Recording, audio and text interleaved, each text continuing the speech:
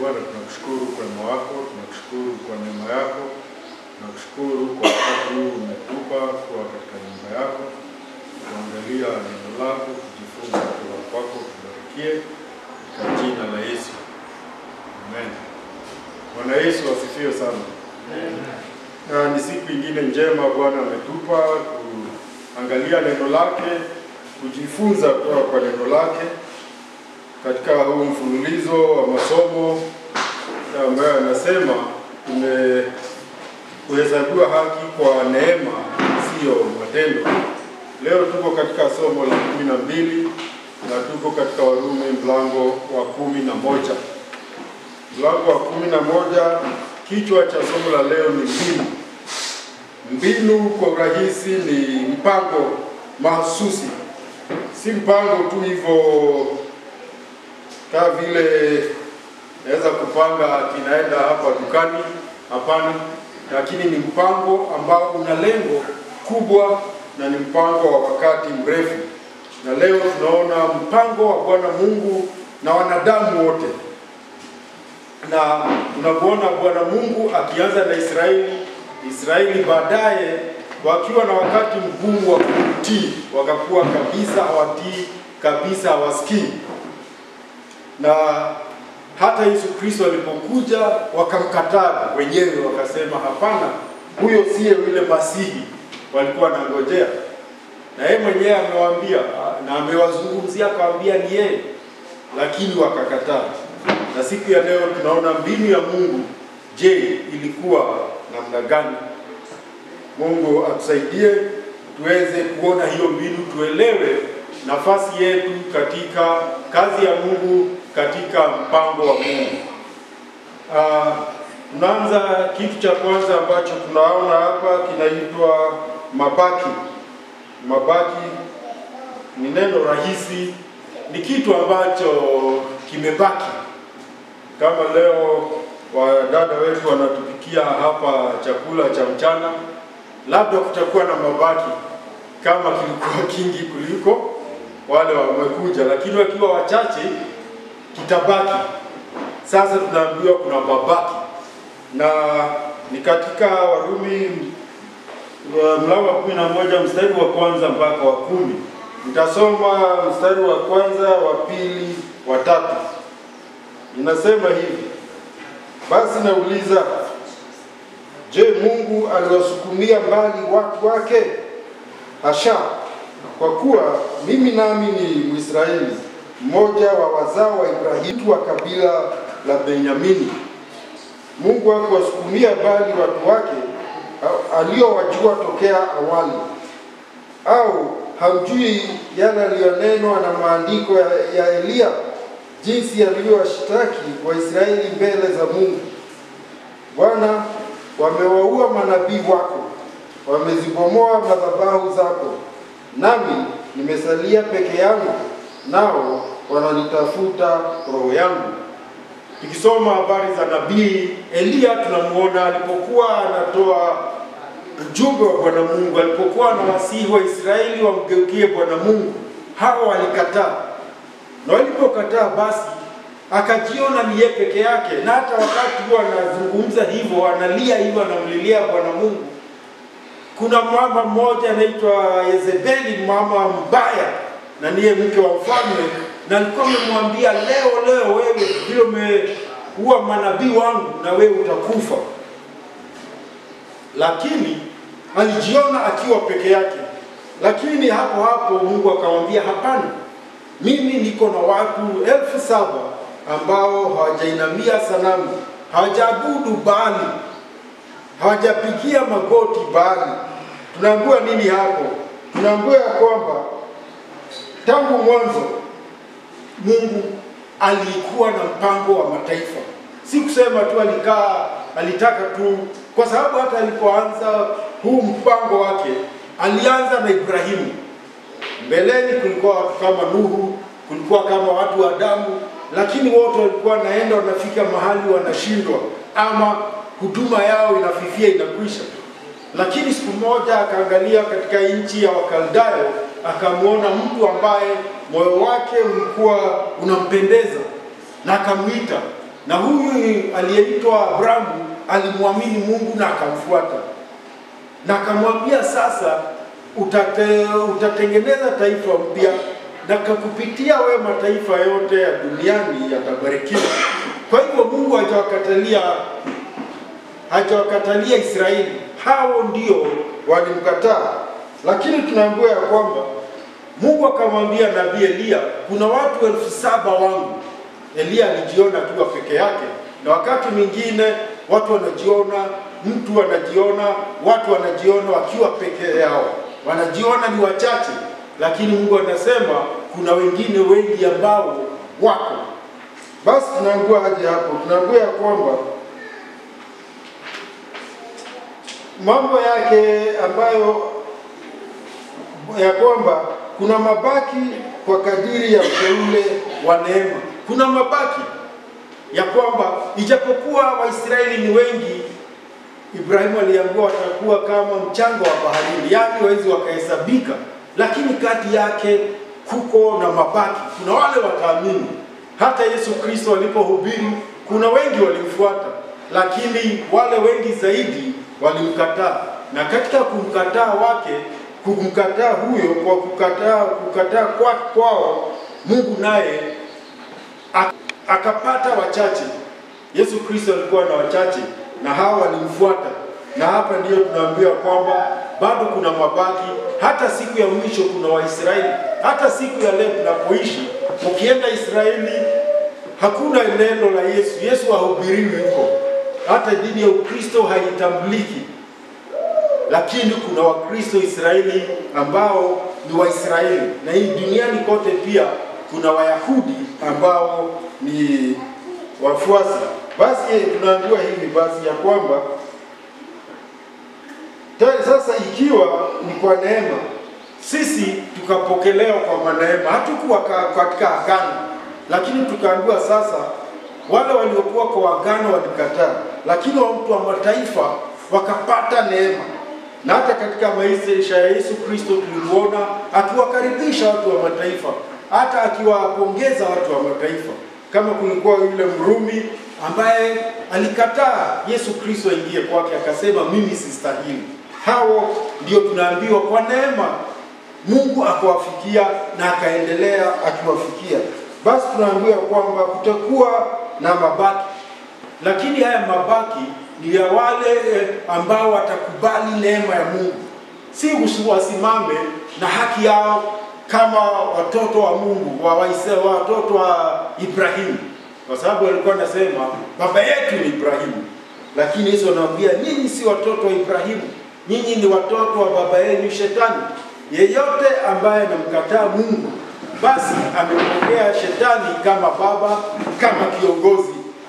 Na Yesu akawaambia waziwazi ya kwamba nyinyi ni wa baba yenu Ibilisi. Kwa sababu kama ni watoto wa Israeli, hamngetaka kuniua. Kwa sababu mara kadhaa walijaribu kumuua, hata baadaye wakafaulu kumuua, lakini ilikuwa wakati Yesu Kristo amemaliza huduma yake. Basi tunaambiwa ya kwamba walipofufushwa wakakuwa ni kama kuna kitu giza fulani iliwashika. Kwa sababu Yesu anazungumzia hayo maneno yale wamekuwa wakifuata. Lakini kutotii kwao kukakuwa ni kumewapofusha, hawaelewi, hawaoni ni nini Yesu anafanya miujiza lakini hawaioni.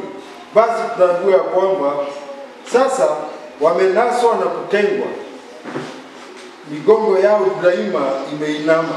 Hiyo ni Yesu Kristo, ni Mungu anasema ya kwamba wamekataa na wote wamekataa, basi wako katika hali ya dhambi. Tunaambiwa nini hapo? Tunaambiwa kwamba Yesu Kristo alipokuja aliwaita, akasema kile mlikuwa mnangojea, ahadi ya Mungu ya Masihi ni mimi, lakini wakakataa. Lakini katika kukataa kwao, watu wa mataifa waliposikia wakapokea, na ikakuwa ni nafasi yao, kwa sababu Mungu alijua mwanadamu kwa kufanya kazi kwa bidii ambayo ilikuwa katika Torati ya Musa, mwanadamu hangepata haki. Lakini katika kumkubali Yesu Kristo, akaambiwa hiyo ndiyo njia rahisi na ndiyo njia halisi mara moja mtu kukutana na Mungu na kukubalika kwa Mungu. Kwa sababu tukisoma Mathayo 11:20, Yesu Kristo anasema, njooni kwangu ninyi nyote msumbukao na wenye kulemewa na mizigo, nami nitawapumzisha. Atumfanye nini? Njooni kwangu, na mkikuja kwangu mtawapumzisha na mtapata pumziko. Lakini hao wakakataa hiyo pumziko, wakakuwa kabisa wamekataa pumziko. Na lakini tunaambiwa hata hivyo Mungu ana mabaki yake, kwa sababu si kusema tu Waisraeli wote walimkataa. Paulo hata yeye mwenyewe anasema hata mimi ni Mwisraeli, mimi hata ni wa kabila ya Benyamini. Yani anarudi mpaka kwa Benyamini. Kwa hivyo yeye ni Mungu anasema, hata akijitetea alikuwa anasema mimi ni Mwisraeli halisi. Vile ambavyo mimi naweza nikasema, kukiwa na swali naweza nikasema mimi ni Mkenya halisi. Hata naweza kupeleka mali nilizaliwa, wazazi wangu kule walitoka. Hiyo ndio uhalisi. Lakini wako ni wachache. Lakini watu watasema Waisraeli hao wote wataangamia. Mungu ni Mungu na amesema mabaki.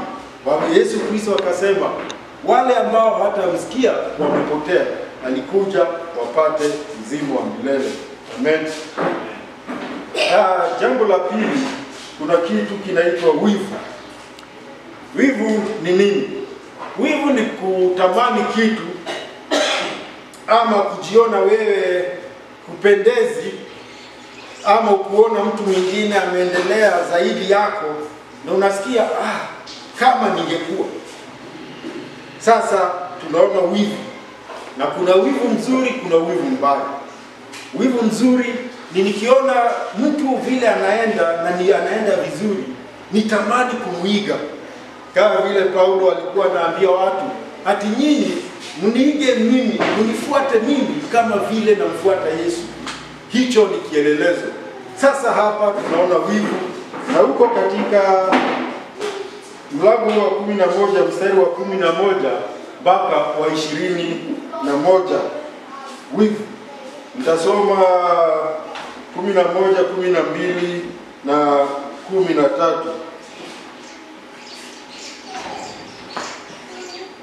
Inasema hivi 11, 12 na 13. Inasema hivi: basi nasema, je, wamejikwaa hata waanguke kabisa? Hasha! Lakini kwa kosa lao wokovu umewafikilia mataifa, ili wao wenyewe watiwe wivu. Basi ikiwa kosa lao limekuwa utajiri wa ulimwengu na upungufu wao umekuwa utajiri wa mataifa, je, si zaidi sana utimilifu wao? Lakini nasema na nyinyi mlio watu wa mataifa, basi kwa kadiri nilivyo mtume wa watu wa mataifa, naitukuza huduma iliyo yangu.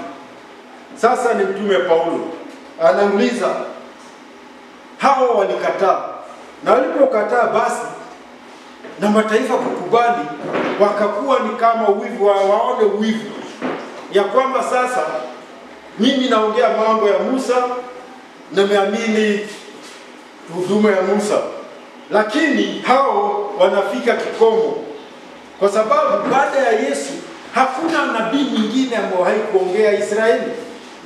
Na basi itakuwa wivu kwao, wanaona wivu kwa sababu sasa watu wa mataifa wamepokea hiyo habari. Sisi tukiwa hapa ni watu wa mataifa kwa sababu sisi si Wayahudi, lakini neema iko kwetu. Vile Mungu ni Mungu wa neema. Tukiangalia sehemu yote katika, hata alipoanza na Ibrahim na baba yetu Adamu, alionyesha neema yake, kwa sababu hata wakati Adamu alikuwa amekosa, Mungu hakumtupa, alimpa nafasi, akamwambia sasa endelea, lakini si atuendelee vile nilikusudia, kwa sababu umetenda dhambi, umekosa kutii. Na akaendelea hivyo mpaka wakati wa Yesu Kristo. Basi tunaambiwa ya kwamba, je, basi watakuwa kwa sababu wamemkataa wamepotea milele? Tunaambiwa hapana. Kujikua kwao, tunaambiwa hakupaswi kuisha kwa kuanguka. Ni kujikua, ni kama kujikua mtu akitembea hivi anakuta jiwe kwa barabara, anaenda hivi ni kama ataanguka, lakini haanguki. Si ya kwamba wameanguka, kwa sababu ukijikua unaendelea na safari. Walijikua, kwa hivyo ile safari walikusudiwa kuendelea nayo ya kufikiria utimilifu wa Mungu, waliikosa. Lakini tunaambiwa kwamba kwa kujikua kwao wa mataifa wakapokea, kwa sababu wiki iliyopita tulisoma ya kwamba wa mataifa walimtafuta huyu Mungu na wakapokea hilo neno, kwa sababu kweli neno lilikuwa la ukweli na lilikuwa la uzima, ya kwamba Wayahudi wakipigana na Yesu na wakimpinga, wengine wa mataifa walionyesha imani ambayo hata ilistaajabisha Bwana Mungu. Mungu mwenyewe akastaajabishwa na watu, kwa sababu Mungu unaweza kumstaajabisha kwa sababu ya yale maneno, vile utamwamini na vile wewe utamkiri. Wengine wakamkiri vizuri sana na ikakuwa hivyo. Sasa tunaambiwa kwamba si waanguke. Ikakuwa ni kama wale tumefanya ukulima hapa, tunajua vile kama ukienda kwangu utakuta mwembe ambao umekuwa. Alafu mwembe ambao ni bora zaidi tunauchukua, alafu tunakata tawi moja, alafu tunachomeza tawi lingine. Sasa unakuta maembe maridadi. Kama ni mimea mingine, hata ukikuta yote inafanywa hivyo. Tukaambiwa kwa sababu hawa walikataa, na Mungu ameanza na Waisraeli, basi katika Waisraeli akatuchukua sisi wa mataifa na tukakuwa tumechomezwa katika ule mzabibu mzuri, ama kama ni mtini mzuri, ama kama ni mzeituni mzuri. Sisi tunaambiwa tulikuwa kama mti wa kichaka, lakini hata mti wa kichaka bado ni wa Mungu, si ndio? Hakuna kitu shetani. Lakini katika mti wa kichaka ukatolewa tawi, likakuja likachomezwa katika mti mzuri. Basi tunaambiwa basi sisi wa mataifa hatutajivuna juu yao tuseme sisi ni sisi. Hapana, hao bado ni wa Mungu. Mungu alifanya washikwe na wivu, na katika kushikwa huo wivu sisi tukapata nafasi, kwa sababu sisi ni imani, sisi si agano. Kwa hivyo nikisimama hapa, mimi si wa agano la Musa, mimi si wa agano la Ibrahimu. Agano la Ibrahimu lote lilikuishia katika Yohana Mbatizaji. Ndio Yesu Kristo sasa akakuja akasema, sasa nimekuja kabisa kwa watu wote. Si ndio tunaambiwa katika Yohana 3:16, ati yeyote atakaye niamini asiangamie, asipotee, bali apate uzima wa milele. Sasa basi wakashikwa na wivu, kwa sababu sasa wanaona sisi ambao ni wa mataifa tumekubali injili kualiko. Sasa huo wivu ndio tunaambiwa, hiyo ndiyo mbinu ya Mungu, ya kwamba Mungu hawezi akakuwa ya kwamba Waisraeli ndio watamtawala. Ni yeye aliita Ibrahimu, na kama ni yeye aliita Ibrahimu, wazao wa Ibrahimu hawezi wakamwambia vile atafanya. Yeye ndiye anafanya, na tunaona ukweli huo hapo, ya kwamba mtu wa mataifa anakubalika na anahesabika ni mtoto wa Mungu. Kama vile tumeambiwa mzaituni wa msitu wa kichaka umechukuliwa ukawekwa kwenye ule halisi, ule Mungu aliunda wenyewe, na sasa umekuwa na mazao mazuri. Lakini tunaambiwa kwamba mzizi ni ule wa Ibrahimu, lakini sasa tumekubalika na tumefanyika sehemu ya mpango wa mbinu, kwa sababu tunaambiwa kwamba wanaounga mzizi, tunaambiwa kwamba bali tukumbuke kwamba si wao wanaounga mzizi, bali ni kinyume chake. Sisi tumechukuliwa tukawekwa kwenye mpango wa Mungu. Hiyo ndio mbinu ya Mungu, na kwa hiyo tunaambiwa basi wa mataifa wamesimama kwa imani, na lazima wawe na kicho, yaani lazima tumche Mungu, kwa sababu katika imani tumekubalika mbele za Bwana Mungu. Bwana Mungu hakuachilia matawi ya asili, hakuna mtu aliye na kinga, ya kwamba Mungu ni Mungu, ya kwamba wale matawi asili yalikatwa ndio tukapata nafasi. Ni alikatwa kwa nini? Kwa sababu ya kutotii kwao, sisi tukapata nafasi. Na kama tumepata nafasi kwa neema, tunaambiwa tuwe na kicho kwa Mungu. Tusiseme sasa tumefika, sasa agano ni letu. Hapana, tunaambiwa kama yeye alikata tawi lile la kwanza, asili uzao wa Ibrahimu walikatwa, hata sisi tunaweza kukatwa, kwa sababu katika Bwana Mungu hakuna aliye na kinga. Hakuna anaweza akasimama akasema, unajua mimi siko kama wewe ndugu James, mimi Mungu vile tunapelekana, wewe mimi ananijua. Hapana, kiwango tumepimwa kimoja, imani ni moja. Kwa sababu katika Luka 7:9 inasema hivi, Yesu aliposikia hayo alistajabia, akageukia mkutano uliokuwa ukimfuata, akasema, nawaambia hata katika Israeli sijaona imani kubwa namna hii. Hiyo ni wakati ambapo alikuwa njiani akienda kumhudumia mtumishi wa akida wa Kirumi. Sasa alipokuwa njiani, huyo akida akakuja kumlaki, akamwambia, hapana, usipite hapa, usitoke hapa, mimi sistahili wewe uje kwangu. Mtu wa mataifa, Waisraeli wanamkataa, wanamdhihaki. Si alizifufua Lazaro, si alilia katika kaburi la Lazaro, na wengine wanacheka, wanasema ati kama huyu walifungua macho, mbona hakufanya huyu asikufe? Dhihaka ndio Wayahudi walikuwa nayo, kumdhihaki, kumcheka, yani wakamkataa. Lakini unaona Mrumi, yeye amesikia habari za Yesu, hawajakutana, lakini amejua ana mamlaka ya juu sana. Na ndipo sababu aliposikia Yesu anakuja, hata mwenyewe hakwenda kumtafuta Yesu, alitumana. Na hata akamwambia Yesu, ndio sababu mimi nilitumana uje uitwe, kwa sababu mimi nenda sema tu neno moja na mtumishi wangu atapona. Yesu Kristo akastaajabu, akasema, kwa kweli hata Israeli yote sijaona imani kama hiyo. Ina maana gani? Ina maana nikisimama mbele ya Mungu anioni mimi kama mtu wa mataifa, ananiona kama mtu wa ahadi, na nimepatikana mbele yake na nimekubalika mbele yake na niko sawa. Haoni mtu wa mataifa, hapana, anaona mtu wa imani, na anasema hasa huyu ndiye mzaliwa wa imani. Amen. Jambo la tatu hapa tunaona jitihada. Tunajua jitihada ni bidii, si ndio? Unajitahidi.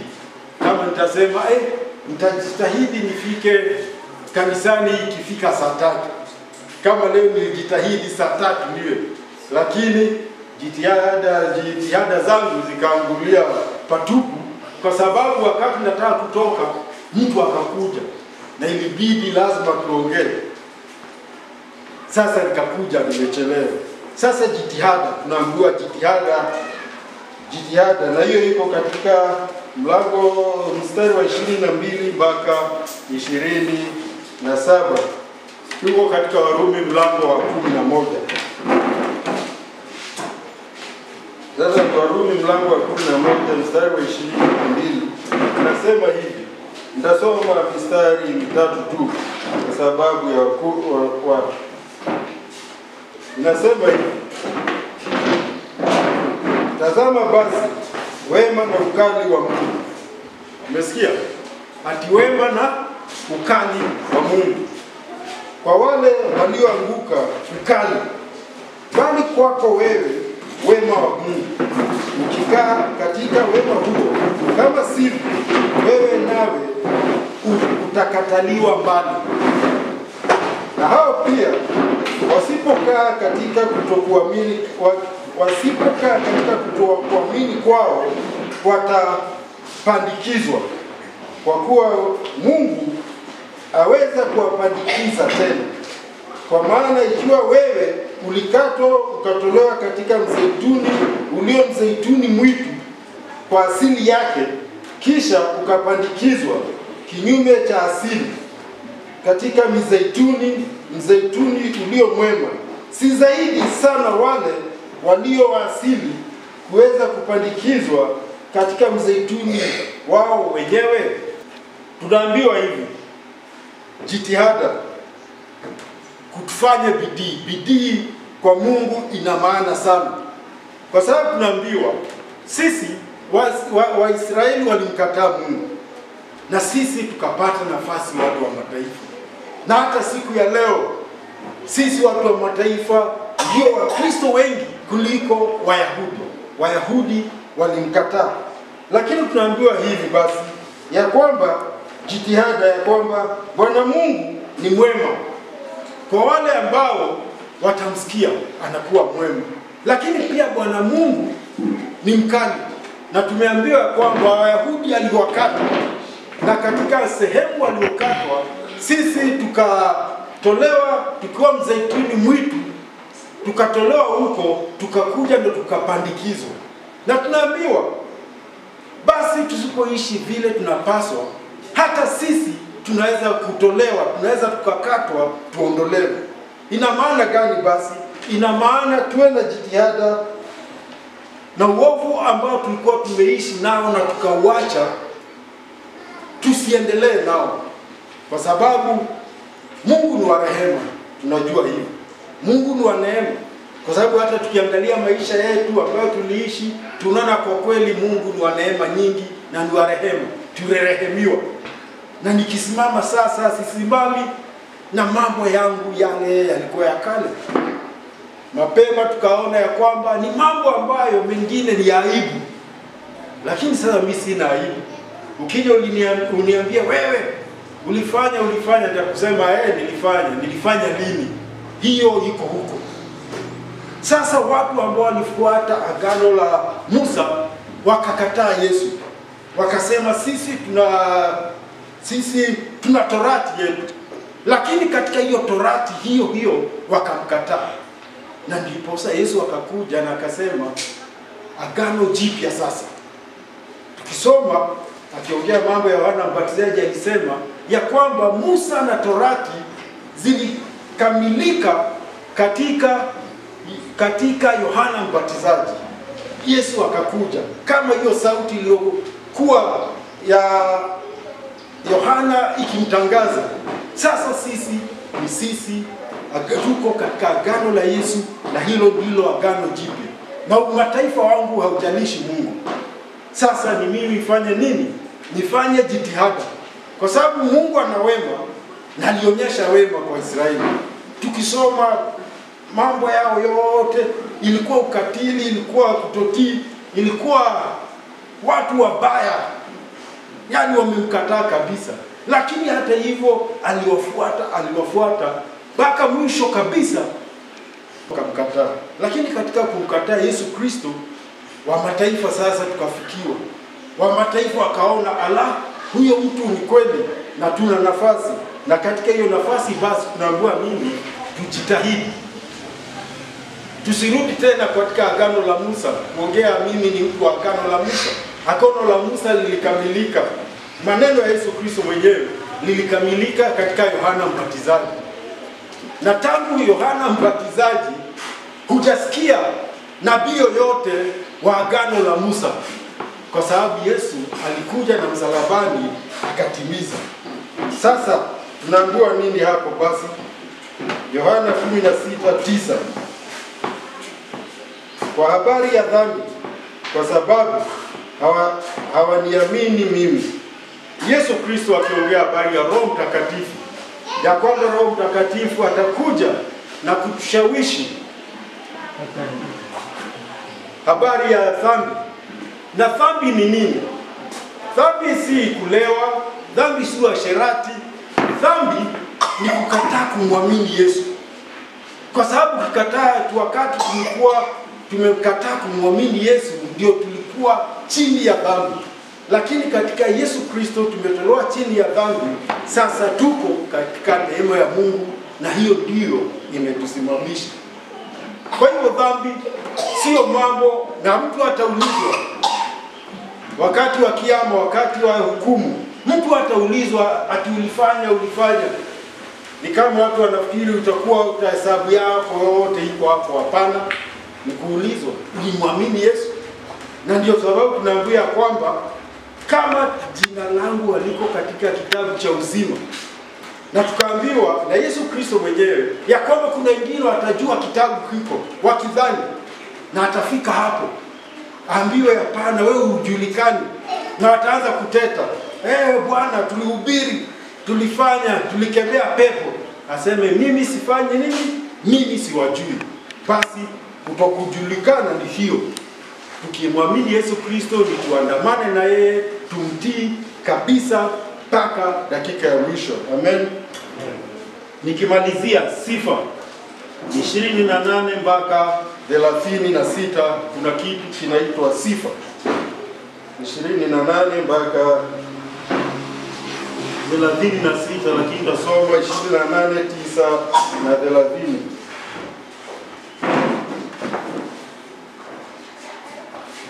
28